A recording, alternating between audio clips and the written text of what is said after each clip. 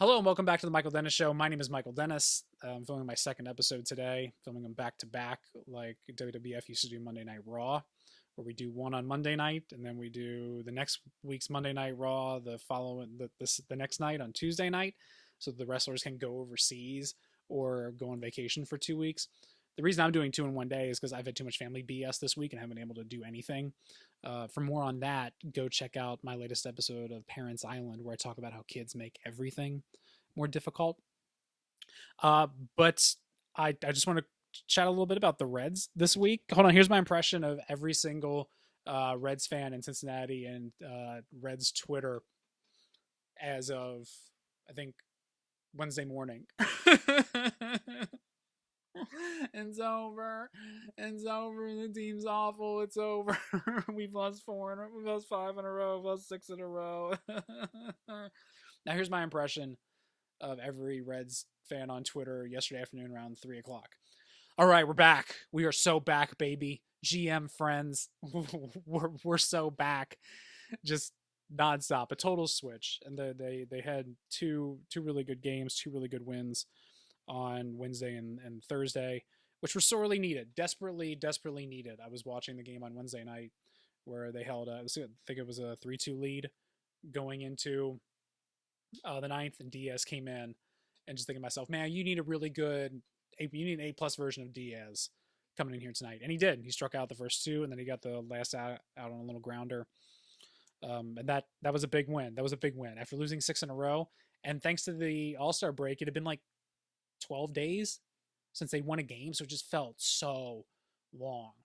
And those losses on Tuesday, the two losses on Tuesday, seemed to just feel like five losses in and of themselves. That felt like an entire week was lost and cast away into the L bin. But they needed that. And then Andrew Abbott came out yesterday afternoon throwing another awesome game. I hope all of you went out there and put at least a couple bucks on Andrew Abbott to win the Rookie of the Year. Because if that dude has an ERA under 2 and wins 10 or 11 games, he's going to win. He will win the MVP. I put 10 bucks on him a few weeks ago when it was like plus 8,000. So it pays like 817 bucks. So you might want to go sprinkle a little bit on there just in case. I wouldn't be surprised if he leapt over Steele and Ellie De La Cruz in odds soon. Because if he had there have been one or two games right before the All-Star break they should have won a game that he pitched in. He should have got the W for that. And that would have been a story in and of itself. But, look, I don't know if it's going to continue. I don't know anything. I'm feeling a couple of steps slow today, so I'm sorry if my delivery is a little bit off or if my train of thought isn't what I want it to be. But, that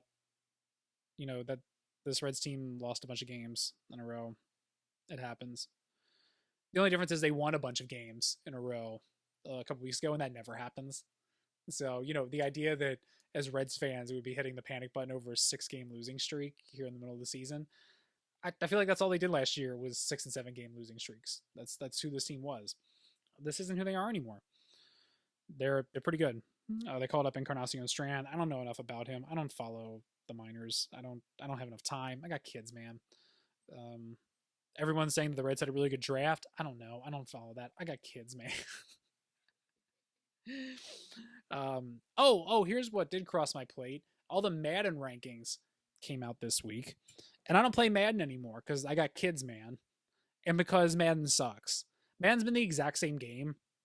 I don't feel like they haven't changed a single control or celebration or anything or they haven't improved anything in 15 years. The last Madden game I bought, I want to say was like 2018.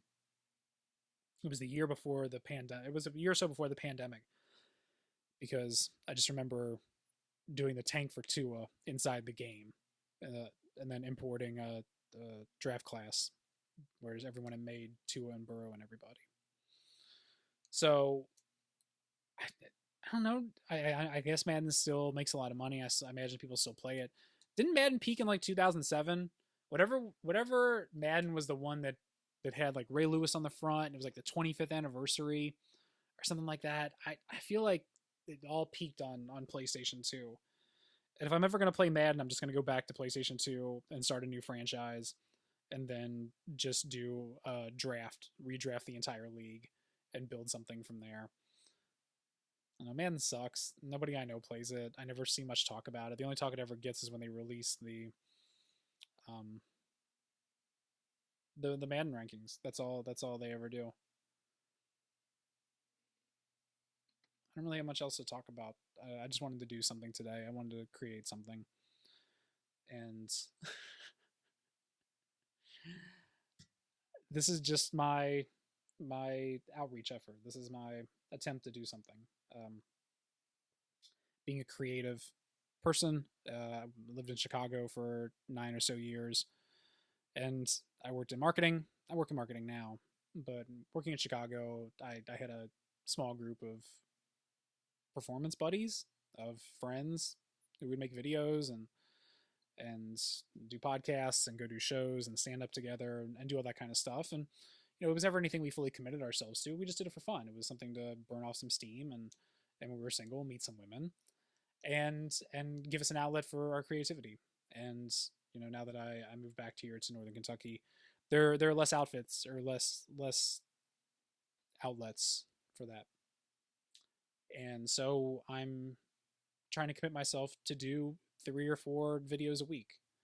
This is my midlife crisis, as I've said. This is my midlife crisis. I'm trying to do something and just trying to stick with it. And there are going to be days where I have a lot to say and stuff makes sense. And there's going to be days like today where I have to force myself to do something.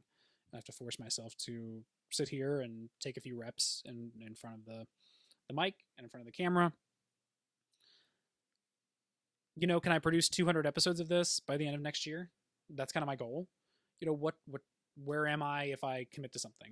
I'm awful at committing to things. I'm awful at following through on things. But where would I be in a year from now? What audience might I grow? What might I figure out about myself in terms of what I want to do artistically and creatively? So I'm just trying to do something. I just need reps.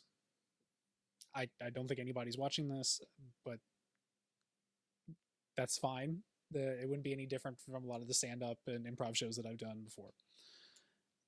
I'm okay with it. But thank you for sticking with me.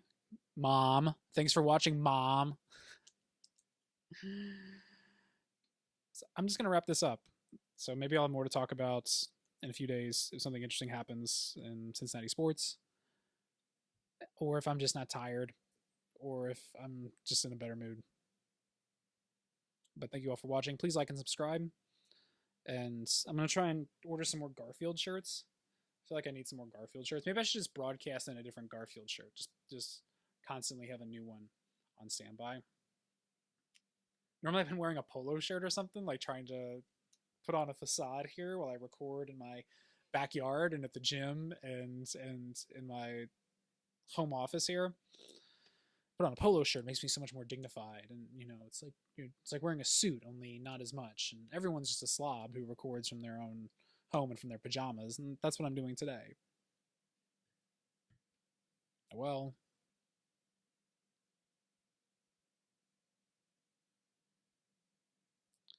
thank you guys very much. I'll try and do another one tomorrow.